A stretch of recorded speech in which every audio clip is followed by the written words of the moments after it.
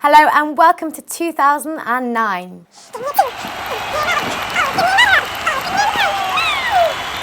I'm Hermione Way and this is TechfluffTV, the hottest news and events straight from the European tech scene. This week we talk about Britney Spears' vagina and talk to one of our favourite startup entrepreneurs about being challenged on the krypton factor. Yep, they brought it back from the 80s. We'll be putting your Facebook messages and your tweets to that serial entrepreneur and BBC dragon Doug Richard. Also loads more involving startups, escalators, an iPhone app that gets you fit, and I get to test drive that sexy little sports car, the electric Tesla. But first, the headlines.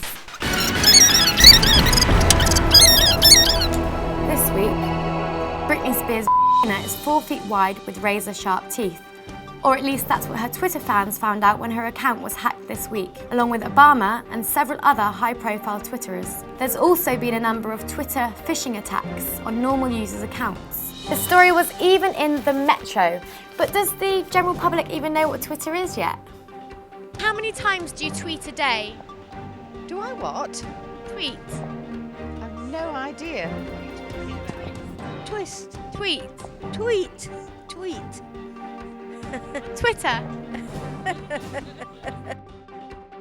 The government is proposing to track every call, message and transaction we make online, with the taxpayer footing the bill to £12 billion, and new EU rules allowing police to hack into our accounts without a warrant. On a happier note, UK startup Truephone has announced Skype integration with its iPhone application, adding to the app's ability to make low-cost calls over Wi-Fi and send cheap SMSs. And finally, to float our own boat, we'd like to announce that TechCrunch UK are now our official media sponsors. I love you, Mike!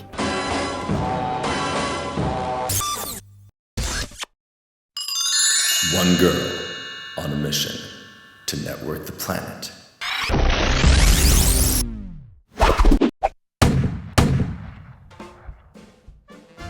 Over Christmas, I test drove the Tesla.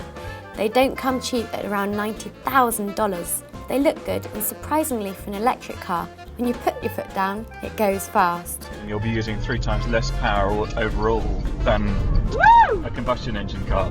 Now your iPhone can also be your personal trainer with Push-Up Foo, a new app that keeps track of your training and shouts at you if you're not putting enough effort in. 2. And a tech-savvy 13-year-old entrepreneur has announced his latest venture. Scott Campbell is launching his first startup, scottblog.net. Scottblog.net is basically a website where you can create a profile, add friends, join groups, write messages, and soon you'll be able to upload photos. When I was 13, I was getting wasted drinking cider on park benches in Bristol. Good for him. On Friday, it was a Tuttle Club, organised by the lovely Lloyd Davis. Tuttle Club is a meeting of interesting people. That's all it is. All I do is I suggest that people meet new people and have a cup of coffee. And finally, internet entrepreneur and maths wizard David Langer was on the Krypton Factor on Thursday. It was a lot of fun, particularly the assault course. And in the studio, it was always good competing under pressure. And unfortunately, the result didn't work out as I'd have liked.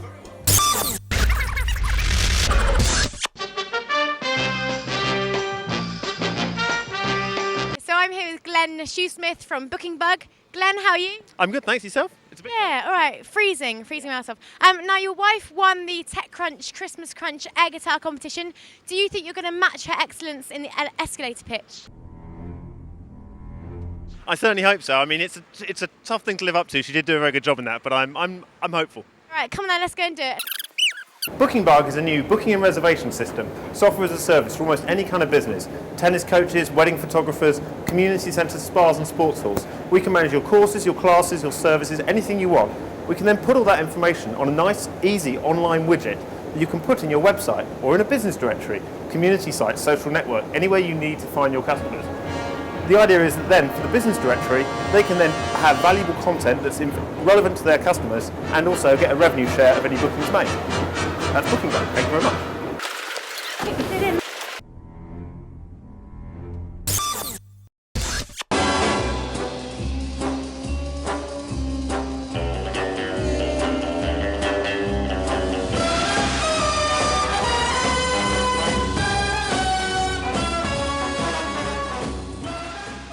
This is TechfluffTV, my favorite website in the UK tech scene.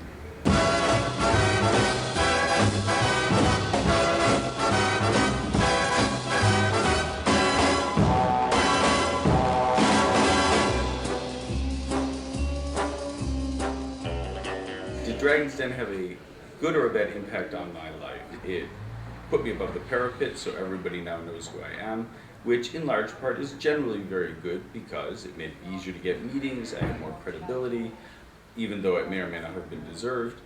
But at the end of the day, it was relatively immaterial because you can open a door more easily, but you can't close a deal more easily. I think there's a number of answers to that question. First, on one level, nothing's gone wrong with TrueTap. TrueTap, the service, is growing really well, but we're a company that is only beginning now to get revenues at a time when venture capital firms, quite rightly, are really only investing in companies that already have proven revenue models. So the timing of our business is bad. Our good fortune is that we've got enough cash in the bank to keep the service running, and even on a scaled down staff, we've got good prospects. The bad news is I had to lay off a considerable percentage of the employees, but they're loyal to the firm, they still own their options, and therefore they're still big fans of it, and all of them are ready to come back as we grow the service. In the short term, very little. The real role that technology startups play is in the longer term. Some percentage of them grow to be substantial companies, and they tend to have a huge impact on the net export effect, and they help transform the nature of the economy itself. It is very much the UK's only possible future to become a knowledge-based economy. This will be on the back of companies like the tech startups. So we have no choice, even if they don't help us do the credit crunch. Oh, I'd be going out into a danger zone there. I think I'm going to completely cop out and tell you that most of the VCs I know are born dragons.